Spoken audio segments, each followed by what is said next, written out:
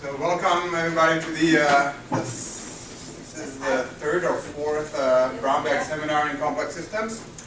And today it's my pleasure to welcome the best kept secret of UAA and APU, Dr. Megan Krupa, because I could not find any information on you. Where am I? Yeah. So she is the social science researcher on the grant that analyzes the interaction between the social systems and the environmental systems on Kenai Peninsula, basically the issues of fish fisheries and the fishermen and the social side. So she's mostly concerned with who the stakeholders are, who gets to harvest fish, kind of tracking them down, and also looking at the interaction values and how they, what are their needs, wants, and perceived values associated with fishing.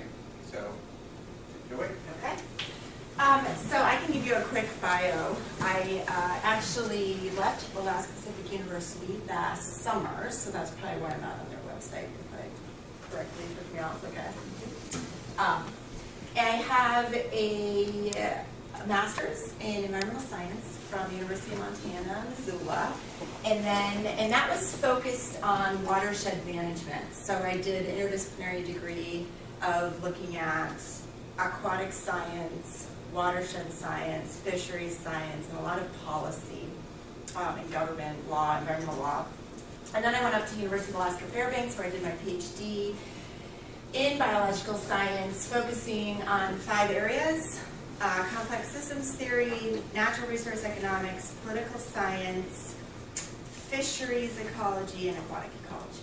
My 5 areas that I took my comps in, which leads me to this project. So today I'm going to be presenting some initial results and an initial framework for how I'm going to get my research accomplished and hopefully into a tool that can be used. That's my big thing, is actually creating some sort of tool that managers in the real world can apply this data to and have some sort of actual result.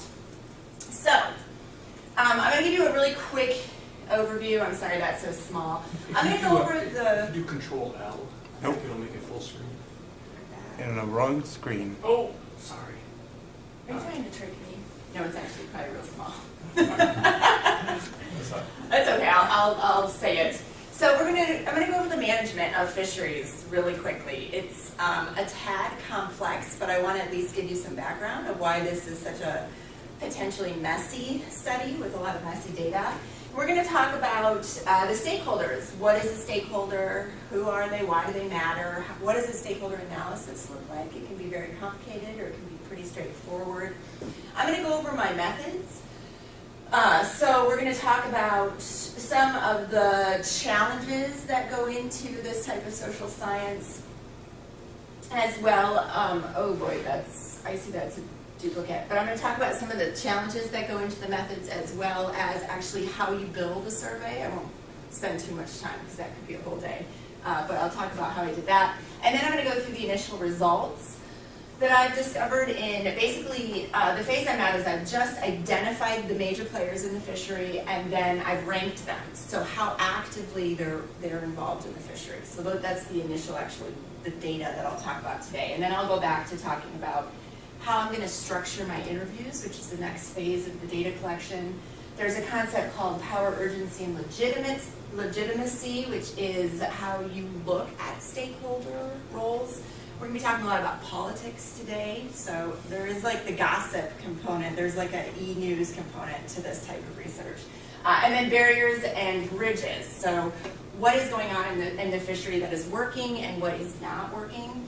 And then I'm going to talk about my main interest in life, which is how we can move more science into management and possibly develop a decision support tool that will actually facilitate the use of science into management. I'm going to talk about why that's such a big deal. Okay, so this is the way it works, right? We go out, we collect a lot of data, we use SAS or R to process it, and then it goes directly into decisions, right?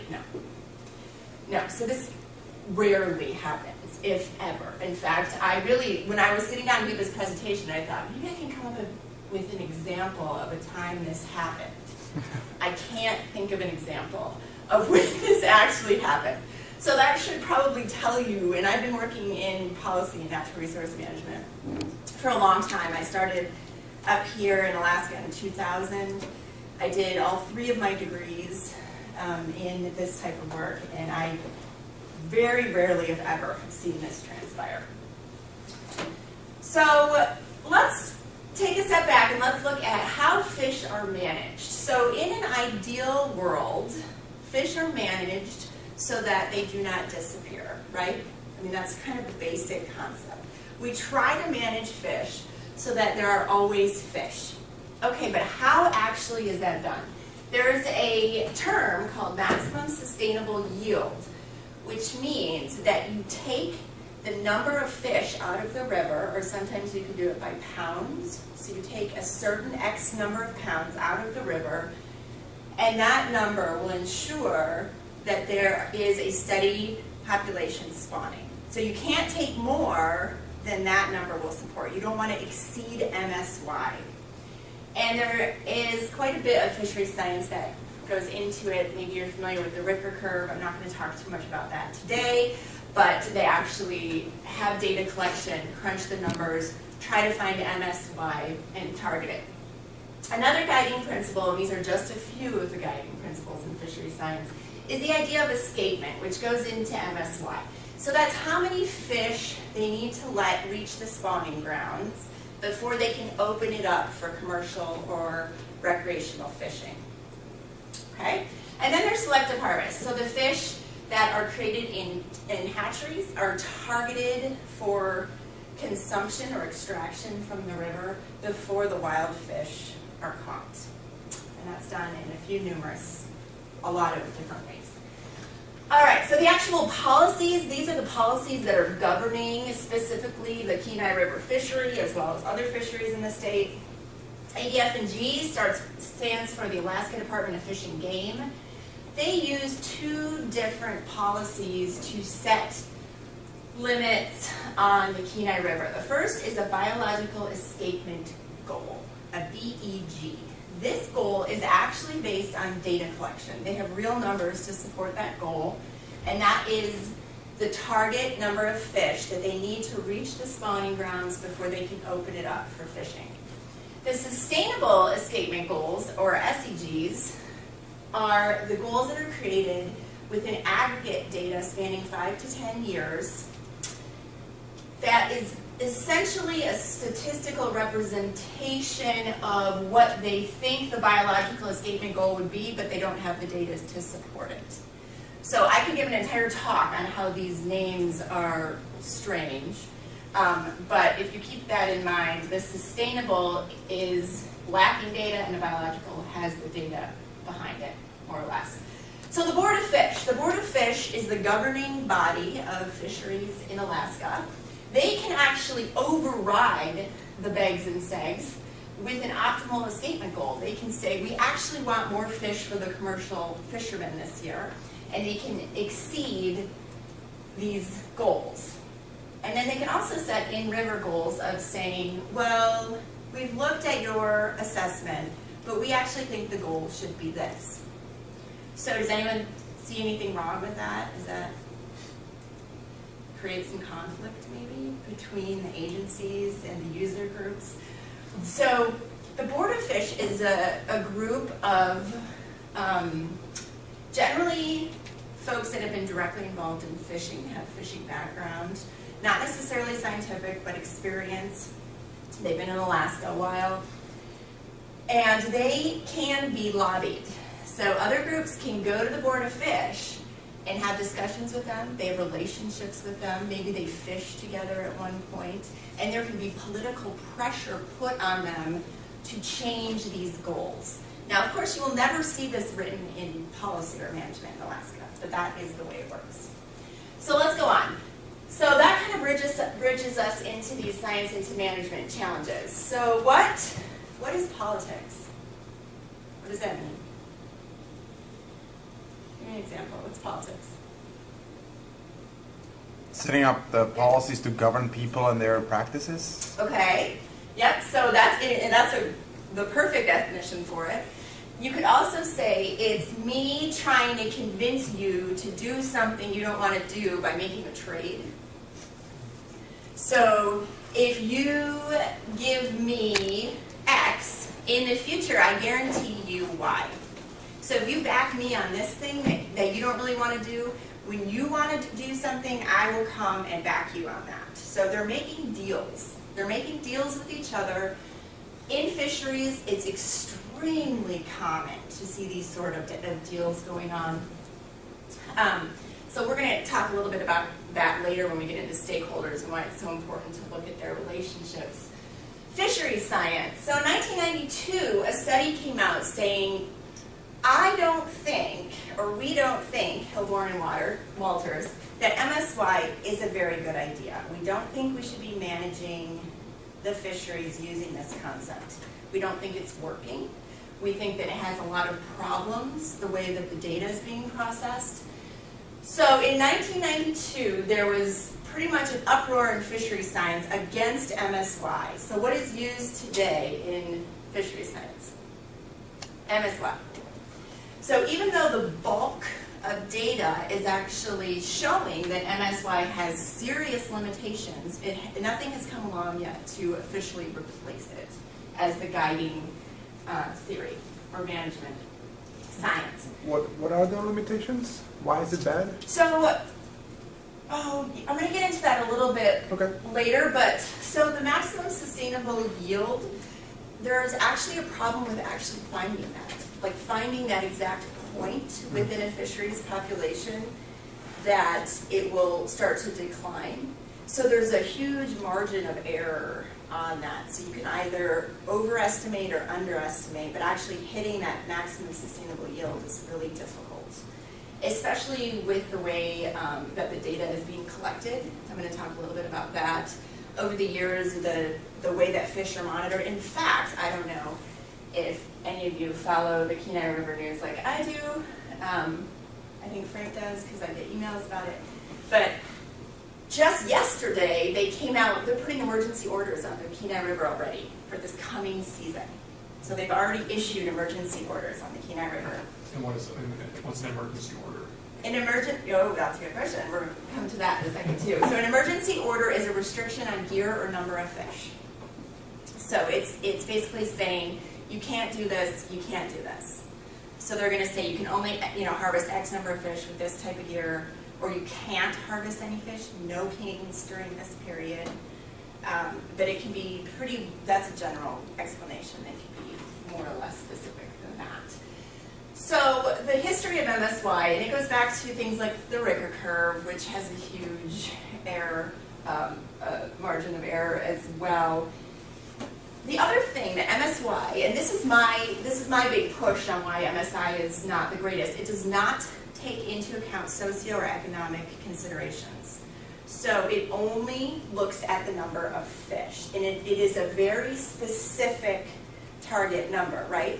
So what happens if you started using MSY in the 1960s, and in 2015 you're still using MSY, but something like ocean acidification has happened, or dams have been built on the river? How do you account for those outside factors that are affecting the fish populations? Maybe the fish mortality in the ocean is changing.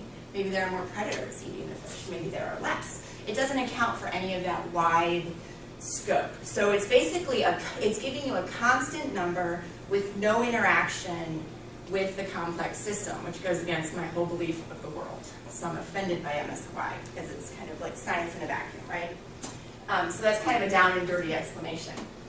So this is where we're going to talk about emergency orders. So regulatory chaos. Imagine you're fishing the Kenai River during the summer of 2013. More than 50 emergency orders were issued by the Alaska Department of Fish and Game. So that goes down to who could fish where and with what gear. So every day when you wake up, you have to check to see what the latest information is. You don't know day to day what is going to be happening. And what happens if you're not just a recreational fisher filling your freezer, but what if this is your income for the year? I mean, you can see the stress involved with this fishery. These people are relying on this income, whether they're guides or whether they are traveling here from Germany to fish the Kenai River, and all of a sudden on the day that they've scheduled to fish for a king salmon, there's an emergency order and it's closed. Not great PR for Alaska, right? Which is supposedly this awesome fisheries management mecca, right? So this is a big deal. These emergency orders are a big deal.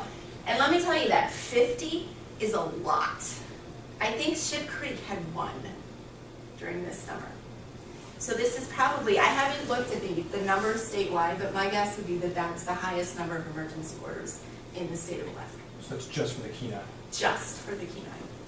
Yeah, greater than 50. And 50 like what?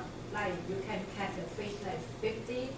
No, so 50 times Oh, they gave an order. So 50 times they said, you need to do this, and then they said, nope, you need to do this, now you need to do this, now you need to do this, over the course of, you know, you can imagine like 3 months, right? And that's, we're getting into kind of approaching almost an emergency order a day, you know, for some of these fisheries. That's a lot. Okay, so I will just touch on this as well, but technology is also one of the problems with fisheries science. I have never personally counted fish. I don't know if any of you have. But I have had enough grad students that have done this over the summer instead of writing their master's thesis that I know how messy it is because I asked them about it. So they started using Bendix sonar in 1987, and they used that for a really long time. And that's just, I don't know if you've ever been on a fishing boat, you know, that's, you can think of that like sonar. They switched, they started making a switch in 2007 to DIDSON, dual frequency identification sonar. When they did this, they actually increased, they had to increase the escapement goals. They said, uh-oh, we've been managing incorrectly. Actually, our MSY has not been correct. And now that we have this better technology, we can see that we need to increase our escapement goals. We're not letting enough fish reach the spawning grounds. So you can be collecting data forever, and you base your MSY on that data. But if a new technology comes along that's more advanced, it changes the whole picture. So now the whole picture on fisheries has been changed. 3 days ago, I saw Matt Miller, who is the head of ADF&G on the Kenai, the lower Kenai, or the upper Kenai, tell, I think it was Channel 2 News, so KTUU, that they are moving the sonar sites. So this year, in addition to using a new technology, they're now switching to adaptive resolution imaging sonar. They're going to move the sites. So how does this affect data over time? And they're not going to keep the old monitoring sites so you can make a comparison? Of course So not. they're I'm going to get to changing- that. Changing 2 variables at once? Thank you. Right. So, and they didn't keep the Bendix ones either. So that switch, I mean, who knows what led to that increase in escapement goals, right? It could have been a year. It could have been the year. It could have been the technology. It sounds like, for the most part, people are pointing to the technology. But now that they're switching to this new one, so they're switching from mile, I think it was mile 7 or 9, now they're going to 14, is what I heard. So that doesn't make sense really, because we do not, right now, the sonar is there after the dip netters and after the commercial offshore and the commercial offshore fishermen. So we can guesstimate the how much they caught, the commercial fishermen, but the dip netters, we can only guesstimate how much fish was actually extracted before the sonar actually counts it. That's So how is exactly this even a good... So we do not know in the first place. So now they will move it up even more. So there will be even less resolution of how much fish is actually entering the mouth of the river. Yes. So, I mean, I have a lot of background, and I've worked with Matt Miller a long time, so I have a long history. Move the computer? Oh, I was like, what? There we go. Dip netters have to return counts to the fish and game after they complete their catch. Okay. So there's a complete count however you want to trust that. Yeah. So it's the Right. fuzzy number Yeah, there. It's at there's least a gray minimum. data. Yeah. Okay. There's a lot of gray data that's coming in. Yeah. ADF&G has a great questionnaire too that they mail out. You know, we've talked about that. So they have that great questionnaire they mail out that they kind of use with that gray data reporting. So there are other ways to get those numbers. However, my point here is that when I say things like we need more science into management, keep this in mind too. I mean, these are tough numbers to work with sometimes as the technology is changing. One of the reasons that they're moving the sonar sites is because they're saying that it's too cloudy. There's too much sediment at the current site for the new to get the resolution that they want. So there's a lot of factors that are going into this. But again, the problem is the lack of monitoring. So every time there's a change, there's no monitoring to see how that change is affecting the data or different points that they could compare over time to see which one is working better. It's almost as if they said, ooh, new shiny tool, let's implement it. Goodbye Bendix, right? So now it's goodbye Didson. But I do think that what Frank is saying is absolutely correct, and that I think there should have been a little bit more of an overlap. Maybe they've done that. I haven't seen that or heard of that comparison. Okay, so science into. Now what I do?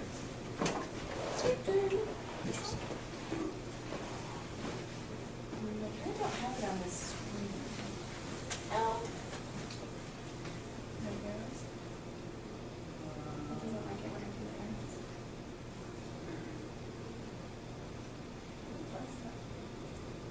Oh, there we go. Thank you. Okay. So let's talk a little bit about the gossip angle. So all of these things, and I will let you read through them, I'll explain a couple of the questionable ones, are feeding into the Kenai River policy, the scenario. So fisheries management is extremely political. Extremely political. Everybody is vying for fish. It is a race for fish. Across the state, the Kenai is not the only example of this. My brother-in-law's both fish in Bristol Bay, which would be another example. That's a literal race for fish in boats with bumpers on them so they can ram each other. In this type of scenario, it is very difficult to get science into the decision-making, or it can be very difficult to get science into the decision-making when you have somebody who's been elected to office that has made promises to groups that have financially supported them to get into office and now have to make good on those promises. Well, that's where you see these overrides, right? And so all of this is the backdoor policies that are going to be impacting the fisheries. So these policy windows, that's a good example, and this is a little bit off topic, would be the Wilderness Act. So you have a chance when you can actually get a political agenda through based on the politically elected leaders to change something. So the Kenai River personal use fishery would be a good example of that. That went through, it happened, the politics were right for that to happen. There wasn't a huge backlash against it at the time. Now I'm thinking there will be, or is, but that's an example. Okay, so I'm going to let you read through these very academic definitions. A stakeholder literally has a stake in something. So you could take this very broadly, and you could say the entire state of Alaska, in fact, the entire world has a stake in the Kenai River Fishery. You could take it that big. Or you could say anybody who has a direct economic or social interest in the fishery is a stakeholder. So the first step in a stakeholder analysis is setting your boundaries of who you want to include in the study, and it is very difficult. So it took me quite some time to narrow it down, especially something like the Kenai River, which has a lot of stakeholders. Okay, so moving on. So why do they matter? Why does a stakeholder relationship matter in the big scheme of things?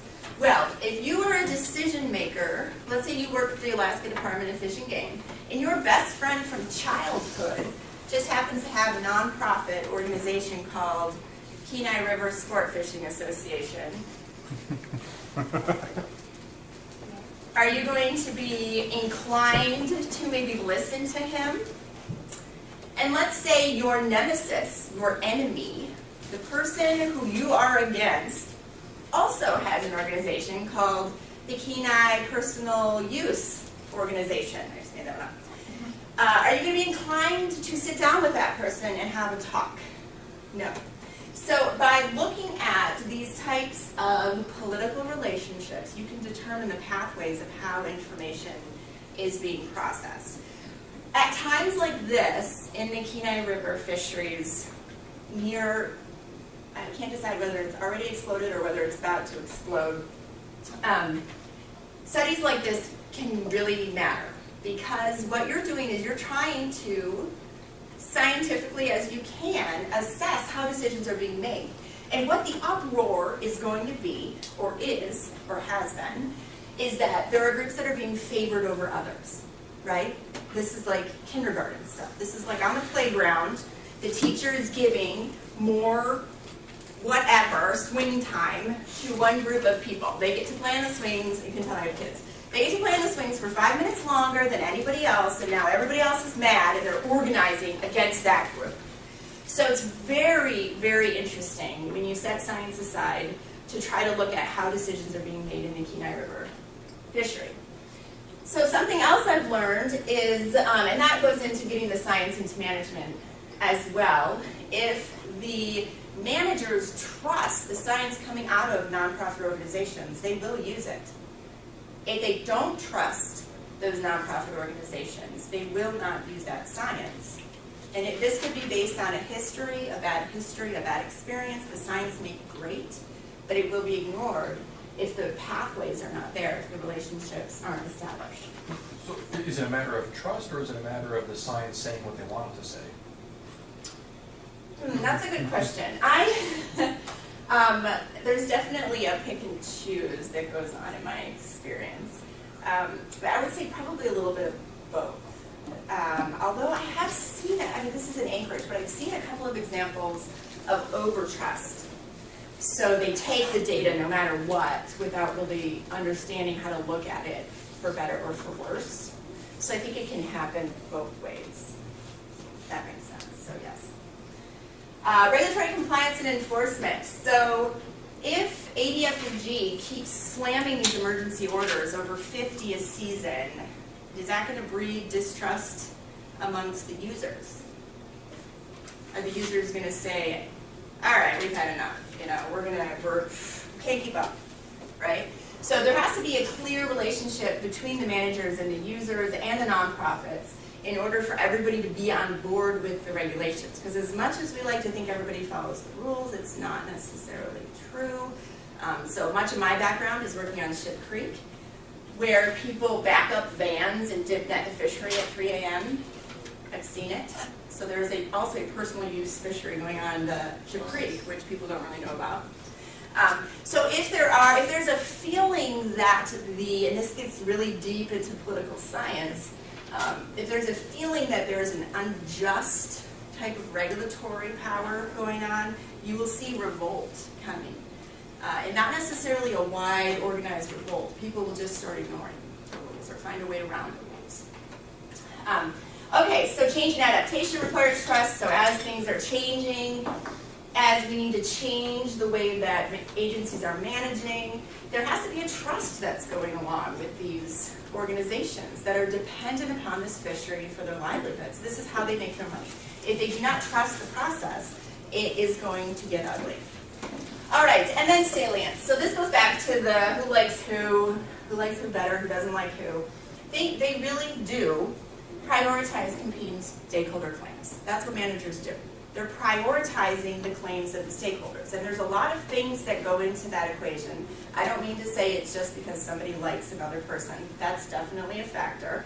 It could be based on lobbying, it could be based on last year's allocations. But there's always a push and pull with this allocation of fish to different user groups. All right, so now we're going to talk a little bit about big picture stakeholder analysis. What you're really doing is you're looking at these groups to see who has power, who can make decisions, who's affected by the decisions, right? And then which groups have this concept called urgency. I'm going to talk about this a little bit later, which means that they are involved right now because of a specific action. So they're involved at this moment because they don't like this year's allocations, they don't like there's too many emergency orders, so they're going after this specific case. So why I think that this happens a lot, that a lot of stakeholder analyses are done within fisheries, is because it is so not clearly cut how these fisheries are managed. If you go to an ADF&G presentation, they'll tell you how the fisheries are managed, but then as you can see, the Board of Fish can override that whole management agenda of ADF&G. And politicians can also override it in a circuitous sort of way. So the way that the fisheries actually are managed on the ground really can only be encapsulated by something like a stakeholder analysis to see how those decisions are actually being made day to day. And this is the part that's pretty interesting to me, is establishing who can make the changes happen. So which nonprofit organizations are making these changes? Which ones are actually driving them? All right, so real quickly, I'll just go through I kind of look at it like a two-phase process.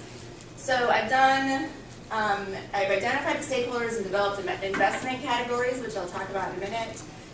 So then I went through each of these investment categories and I looked at historical records. I made a lot of phone calls and I determined how these stakeholders ranked in terms of their involvement in the fishery. Again, I'll go into a little bit more detail about this.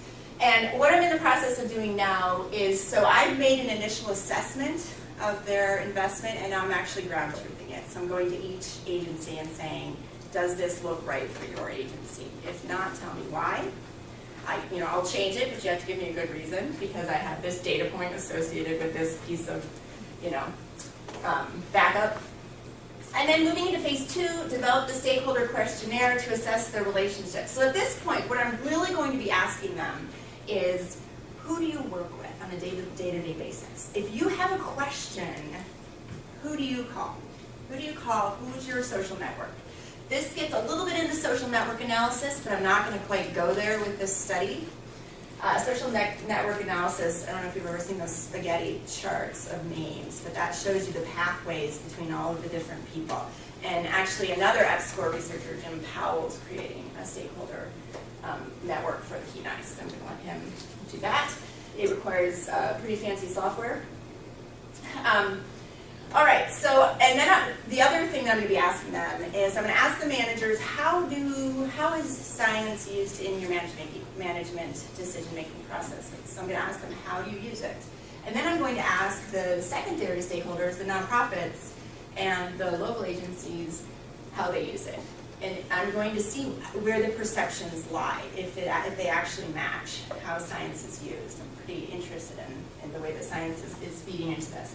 And then I'll be looking at the barriers and bridges between these two groups of stakeholders and then try to assess management implications based on those interviews.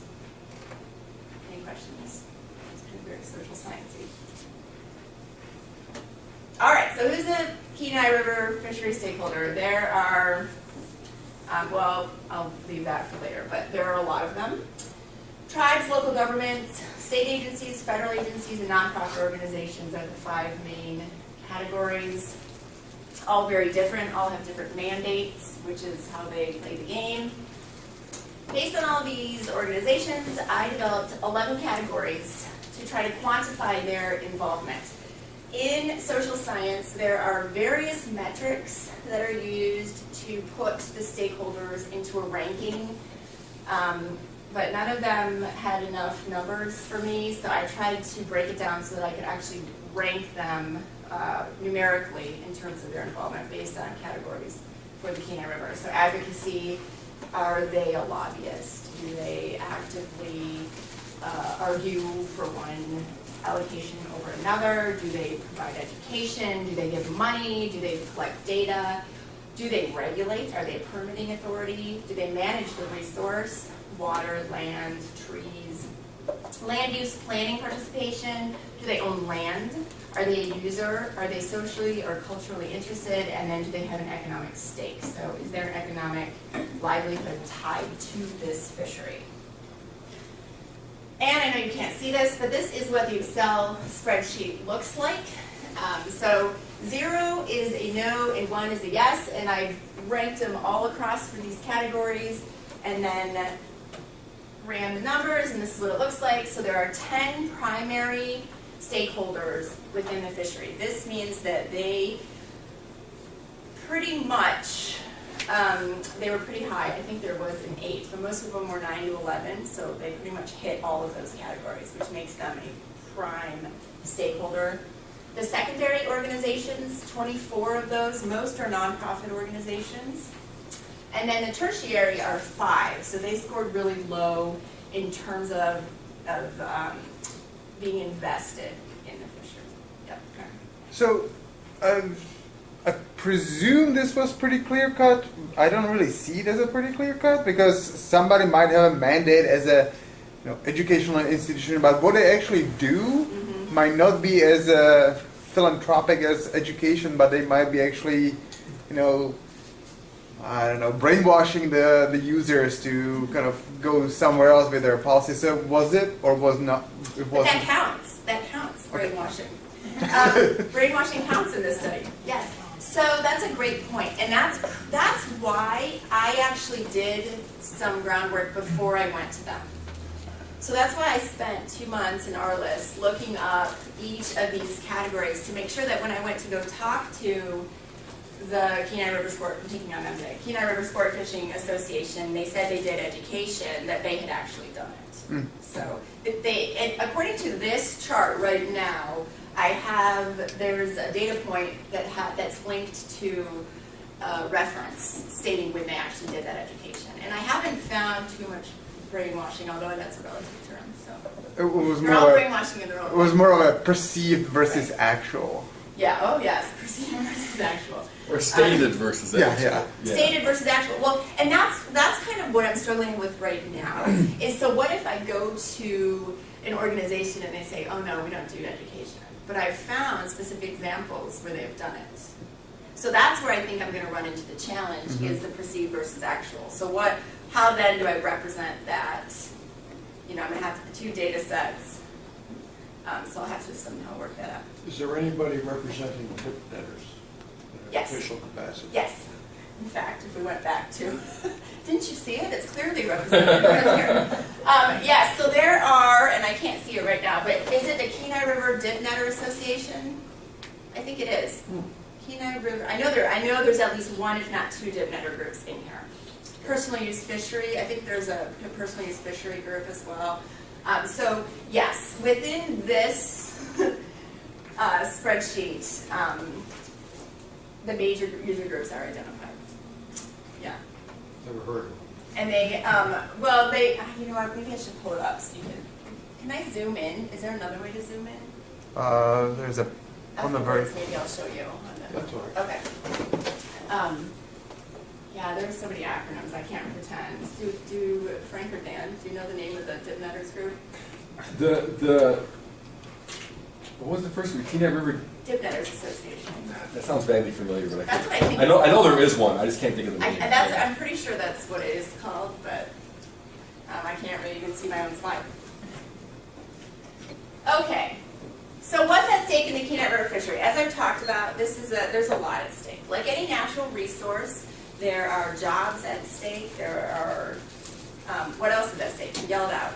Come on. Food. Food, right. I mean, this is a subsistence issue, right? Maybe not capital subsistence, although that is part of this fishery, but also the little s subsistence as well. People are feeding their families with that dip netting. What else? Identity.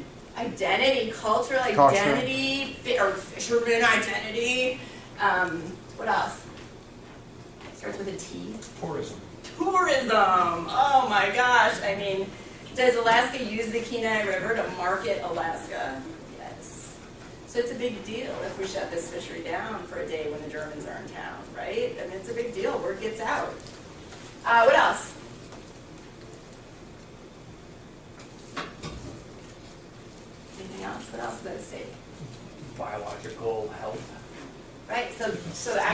look at it like an ecosystem, you could start saying things like biological health, right? Look at it from the ecosystem services standpoint and start listing everything: water quality, Bears. fisheries, bears, trees, land ownership, big deal, access to the fishery, just being able to access it in different points. A lot at stake. All right, so within these initial stakeholder interviews, the first thing that I have been doing, and Jim Powell preceded me on this, is to introduce the study, to say this is what EPSCOR is. Because actually not very many people know about it. A little bit, the elected officials know about it now, but now I'm working with agencies. I'm introducing EPSCOR, I'm introducing myself, I'm going to explain what our long-term plan is, what's been done. This has kind of a twofold effect. I need buy-in into this study to get good participation, right? I need them to trust me. This has to be the original starting point. I need them to understand that I'm not scapegoating them. I'm not going after one particular group or going to benefit another specific group. So really important to have that first interview before I then go in for, I almost said the kill, but that's not really nice, to go in for the data collection, right? So I'm doing this first set of interviews, introducing myself, introducing the study. I want their feedback on it, so I'm going to present it to them. Like, here's my draft of my methods and what I'm planning to do. How can this study be tweaked to maybe help you out more? Because that's always really interesting. If you go to the agency, they always have input. Most of the time what happens is researchers will just hand them the way that the study is going to be done, and it's too late, and then they can't participate. So I'm going to try to get ahead of the game there by actually asking them to comment on the study and see if there's a way that we can tweak it to help them become more involved. And then I'm going to start asking them questions like, how do you use science in a way that hopefully is not offensive, right? So what I'm looking for within the organizations, those 24 organizations, 25 organizations, is who is effective and who is ineffective. So I'm going to ask some really general questions like, do you have a positive or negative view of this group from the manager? I'm going to ask the managers that. Positive or negative? Just rattle it off. And what will that tell me? Why am I going to ask that question? If they say negative, are they listening to that group? No, that group basically is not one of the group. They've been sent out to pasture. So from my perspective, by asking positive or negative, I'm going to find out, I'm going to get that social network analysis and figure out who's working with the managers. And then you can start to see who has the power. So, and also on the flip side, it might be really interesting if those groups are open to some constructive feedback to see why they've been cut out of the game and what did they do? Was it anything they did? Hey, so I have a question, like on the IRB end, I Right. guess. Like, do organizations have the same like expectation of privacy that individuals have? Yes. So how does that affect how you report? Well, everything will be anonymous and it'll be aggregated. Okay, so there's privacy then. I mean, these. Yeah. So-and-so said that they didn't like you. That's what I'm. Okay. No. I mean, although what's interesting is even if that organization says, who said that? I can't say it, right? Clearly, no, they say, no, we're not really mad about it. I just want to know who said that. Yeah. You know? So Their on privacy will be both protected. sides, Okay. I can't, even if it was a positive one, I can't say, oh, they love you, they love working with you. Okay, good. Fishing games, sportfish, right? No. No, everything is... So obviously you'll preface any of these discussions with. Yes. Okay. My little spiel about completely anonymous, the data is aggregated. It's going to be, I mean, when I'm doing the interviews, they'll be put into a system right then and there. Yeah. So I won't even have it blocked out. And that's the way I'm going to do it. I'm not going to do it like, this is my interview with Sportfish. It's going to be an already existing thing, and I'm just going to start chugging in responses. Okay. Yeah. Okay, so I better speed up there. Okay, so real quick, I just want to touch on this because this is one of my favorite things, is power, legitimacy, and urgency. So as I start going through and asking these anonymous or asking these questions and getting these anonymous responses, I can start establishing who has the power, who's a legitimate stakeholder, and the degree to which the stakeholder claims call for immediate attention. So let's say that they're going to shut down the personal use fishery, right? Boom, that group is at the top of urgency. Okay, but the question is, so it has a lot of urgency, they're legitimate, but do they have power? So do they have a positive relationship with the managers? Are they going to be able to go in and make a difference in reinstating that personal use fishery? So the combination of these three things, and this is from Mitchell et al. In 1997, over time has proved to be pretty darn fail-proof in assessing fisheries. It also can show you a lot about how the science is used and if it's used. I dare say that. Because I think that you can point to a lot of specific examples where science did not factor into major management decisions. Okay, so we're coming to the end now. So this is from a study by Jim Lukatowicz, he's done a lot of work on the Columbia River, but I think it's pretty applicable to what is going on up here. And he has identified these 4 barriers to incorporating science, and I agree with them. I might add a couple more after this study's done. So the conceptual foundations are inconsistent with the latest science. We talked about MSY, I'll throw that out there again. So the actual way that the resource is being managed by the agencies is not concurrent with, let's say, academic fishery science. Okay, does that make sense? So there's 2 different paths going on. All right, the fragmented management of watersheds. One area is being managed like this, another area is being managed like this. Upper, lower Kenai, different management districts. Political interference. So I talked a little bit about that. All of a sudden, there's a really strange emergency order. Nobody knows where it came from. It seems totally out of line. What do you think happened? Who knows? Political magic, right? A lack of historical perspective.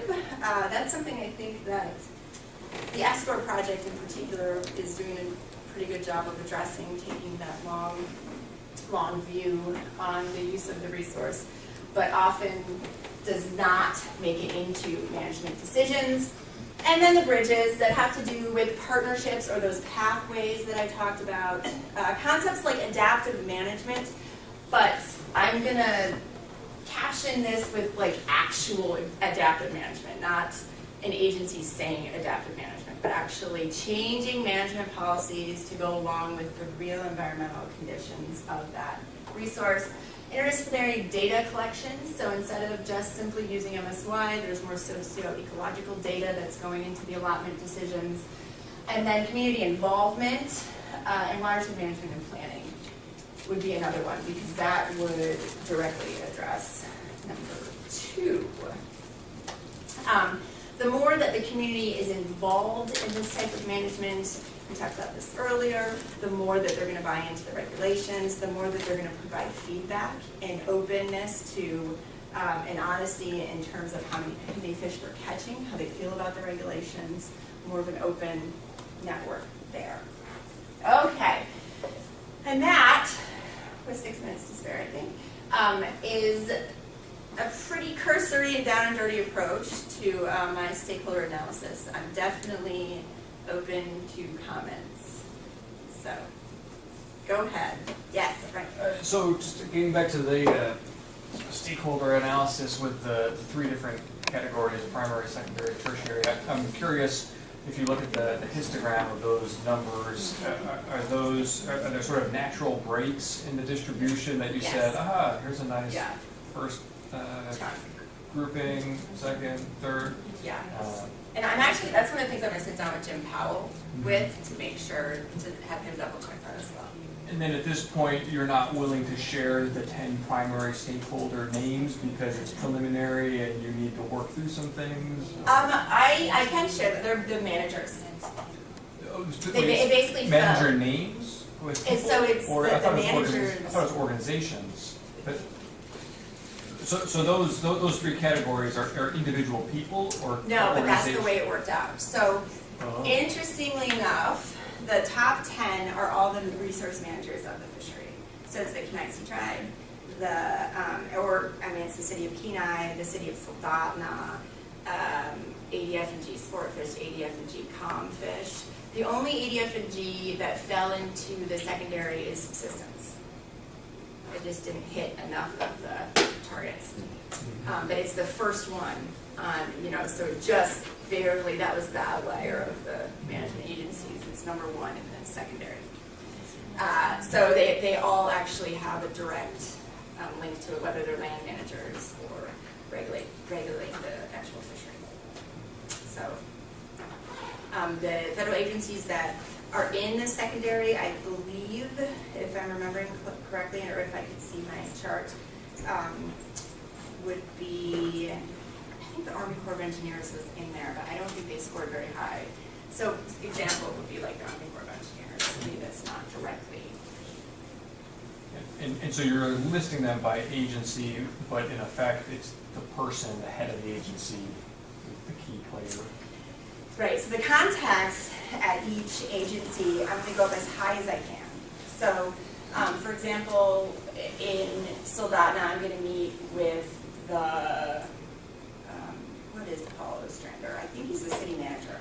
So I'm going to meet with the city managers, which have the most direct day-to-day interaction with the fishery. So within every organization, I tried to get as high up as I could within the direct management. Does that make sense? And that's who you're targeting. And that's the target for the interviews. Yeah, and when that person or if that position is open, I go to the next, the assistant. But it looks like I'll be able to get all of the direct. So those are the people. My goal was, if you think about this, who shows up at the meetings? Those are the people I want. Who shows up at the meetings when the SHIT hits the fan? Who are the people in the room? So that's another way to be looking at it. You want those people involved, not the mayor. So are you going to do these interviews also with respect to resources? So not just the social network, but kind of a bipartite. When you are issuing a decision or a policy, are you going to look at science articles, sonar data, historical counts, the tickets, or the counts that were reported, or is it? Yeah. Well, are you going to interview them about how they make? Yeah, how they make choices. Yes. Okay. So, and I even thought this is another in maybe one of our many meetings that are coming up next week. I've even gone so far as to say I want to pull out an emergency order, just like randomly pull out an emergency order and say what led to this. Yeah. Oh. Right? Or pull out just a random policy and say how is this used? That would be the other angle of saying it. So that Alaska statute that I put up there earlier, how do you use that one? Right? When do you use a VEG? When do you use a SEG? Give me an example of when you did that. And they'll be able to do that. That's not a big deal for these managers. They deal with this every single day. But what I think will be interesting is the honesty to maybe which they respond. Because this is, there are, this is their profession. And nobody wants to look unprofessional. And so it's I'm going to be walking a very careful line to try to see the degree of how this data is being used. Who's your point of contact at Comfish? Is that, I want to say Bob, is he? I'd have to look it up. I can't remember now. I haven't talked to Comfish yet. Okay. Yeah. I don't know. I'd have to look that up. So, your vision for the kind of final product, this is kind of following on Dan's question for the privacy. If there's some group in there, some agency that is, just out of the loop, as you said, are you going to go back and say, like, well, 50% of the people that I'm talking to don't talk to you? Or is it going to be, like 5 people or 6 agencies? Or how are you going to kind of communicate that to them with the privacy? Well, I was wondering if that would be part of the stakeholder work that we might do with the next grant. And use that to structure those group interviews, the stakeholder interviews with the Betty and Morgan Moore Foundation. The way I think, I don't know that I would go up to the group and say, wow, you're really disliked. You want to talk about it? Yeah. You know, you want to talk about it? I think what I would do is present the data, and you know, I'd be open to facilitating workshops between them and another agency. Or I mean, you know, we could go down that path, I think, when it comes. And again, that's something I'm really thinking about when I'm designing these interviews is, you know, is this really a cool, I'm identifying the cool kids kind of study and making everybody feel bad. I don't want it to come out that way, but I also think it could be constructive for those groups, if they were amenable to it, to look at the results and start thinking about how they could be more effective. And it will come down to the resources that they have. Some groups have way more money. Some groups have way more political connections. You know, generally if you see friends of, they don't have a lot of resources. You know. Whereas the Kenai River Sport Fishing Association is, I mean, in relative terms, loaded compared to some of the other smaller groups. So they're coming at it from different. But you know what? At the same time, it doesn't mean that they're liked more, right? I mean, we don't know that until we ask. So everybody can be really excited about the Friends of the Kenai River. It's just that they don't collect any data. So that's where that power, urgency, legitimacy, you know, you can't have one category. Just because people like you doesn't mean that they're really listening to you as well. So. Does Kenai Watershed form in one of your primary or secondary? They are in the secondary, up toward the top. But yeah, they didn't make it into the primary because they're not. The thing that separated the secondary from the primary was regulatory authority. That's the one I found was the breaking point. Okay. So that pushed it over that edge that sent it into the primary. Yeah. So. Cool. Okay. Any other questions? Well, thank you very much. All right. Thank you. Yeah, okay.